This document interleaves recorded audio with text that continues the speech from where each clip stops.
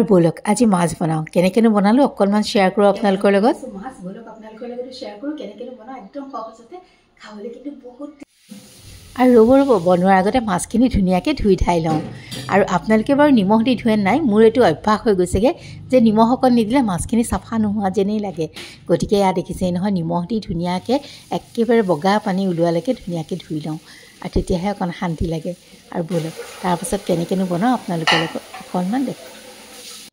আৰু এইফালে লৈছোঁ মই কেইটামান সৰিয়হ লৈছোঁ অকণমান বিলাহী আৰু পিঁয়াজ বলক গোটেইখিনি মিক্সিৰ জাৰটোতে এটা পেষ্ট বনাই লওঁ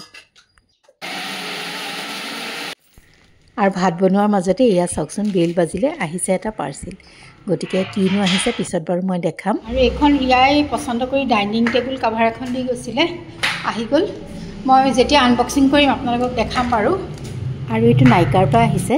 hello' everyone welcome back to my another blog আজি হৈছে শুক্ৰবাৰ আৰু এতিয়া বাজি গৈছে আবেলি 5টা এয়া মাছৰ কাৰণে কাটিছোঁ দেই জিকা আৰু আলু এই মাছৰ জোলখনত পাচলি নিদিলেও কথা নাই কিন্তু মই অকণমান ব্যৱহাৰ কৰিছোঁ আৰু বলক ধুনীয়াকৈ নিমখ হালধি সানি মাছখিনি ভাজি লওঁ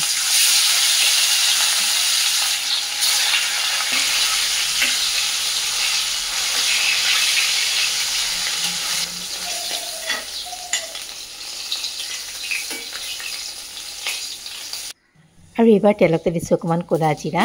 তাৰপাছতে দি দিম মই পাচলিখিনি এই যে কাটি থৈছিলোঁ জিকা আৰু আলু সেইখিনি দি দিছোঁ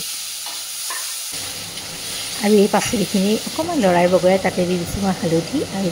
অকণমান জিৰা পাউডাৰ হালধি কি ধনিয়া পাউডাৰ আপোনালোকে নিদিলেও কথা নাই আৰু অকণমান দিছোঁ সোৱাদ অনুসৰি নিমখ আৰু পাচলিখিনি অকণমান সিজাত এইবাৰ লৈছোঁ মই এই যে পেষ্টটো বনাই থৈছিলোঁ বিলাহী পিঁয়াজ আৰু সৰিয়হৰ সেইটো ঢালি লৈছোঁ আৰু এতিয়া অকণমান সময় মই ভাজি থাকিম ঢাকনাখন মাৰি মাৰি দেই আৰু সেইখিনি অকণমান সময় ভজা যোৱাৰ পাছত তাতে মই দি দিলোঁ উতলা পানী আৰু এইখিনি ভালকৈ উতলা হাত দি দিছোঁ মাছকেইপিচ আৰু এইখিনিও ভালকৈ মই মাছকেইপিচৰ সৈতে উতলিবলৈ দিম আৰু সেইখিনি সময়তে মই কাটি লৈছোঁ চালাড এখন ৰাতিপুৱাৰ ভাজি এখন আছেই গতিকে এতিয়া মই দুপৰীয়াৰ সাজৰ কাৰণে চালাড এখনেই বনাইছোঁ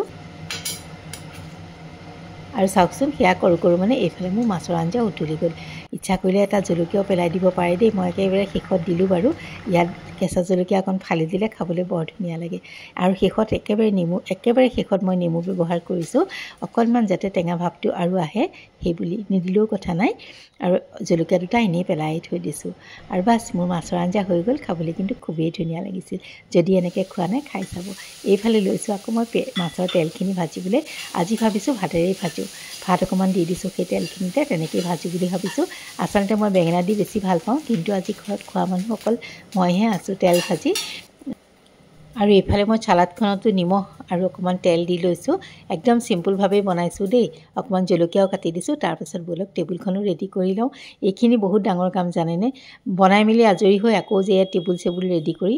অকণমান আকৌ বহিবলৈও মন যায় ভাগৰো লাগে যিহেতু তাৰপিছতে এয়া মই চব বস্তু যি য'ত বনাইছিলোঁ এতিয়া টেবুললৈ কঢ়িয়াই লৈ গৈ আছোঁ অকণমান দেখাই দিছোঁ আৰু এইফালে মোৰ টেবুল ৰেডি হৈ গ'ল কিন্তু ৰ'ব এতিয়াও এই তেল ভাজিখিনি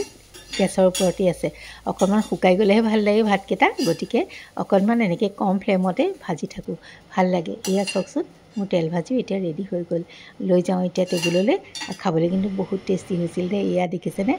আজি খোৱা মানুহ অকল তেল ভাজি মইহে দেই গতিকে ৰাতি এদিনে খাব লাগিব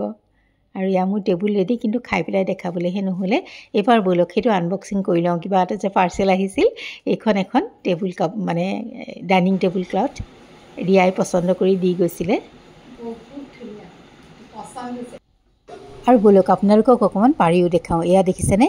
বহুত ধুনীয়া লাগিছে মোৰ আপোনালোকৰ বাৰু কেনেকুৱা লাগিছে জনাব আৰু ট্ৰেন্সপাৰেণ্টখন পাৰিব মন নাছিল যদিও এই পুৰণা এইখন একে পাৰি থৈ দিছোঁ ট্ৰেন্সপাৰেণ্টখন কাৰণ আমাৰ ডাইনিং টেবুলখন 24 ঘণ্টা ইউজ হৈ থাকে কিমান আৰু উঠাম গতিকে ট্ৰেন্সপাৰেণ্টখন খুবেই প্ৰয়োজন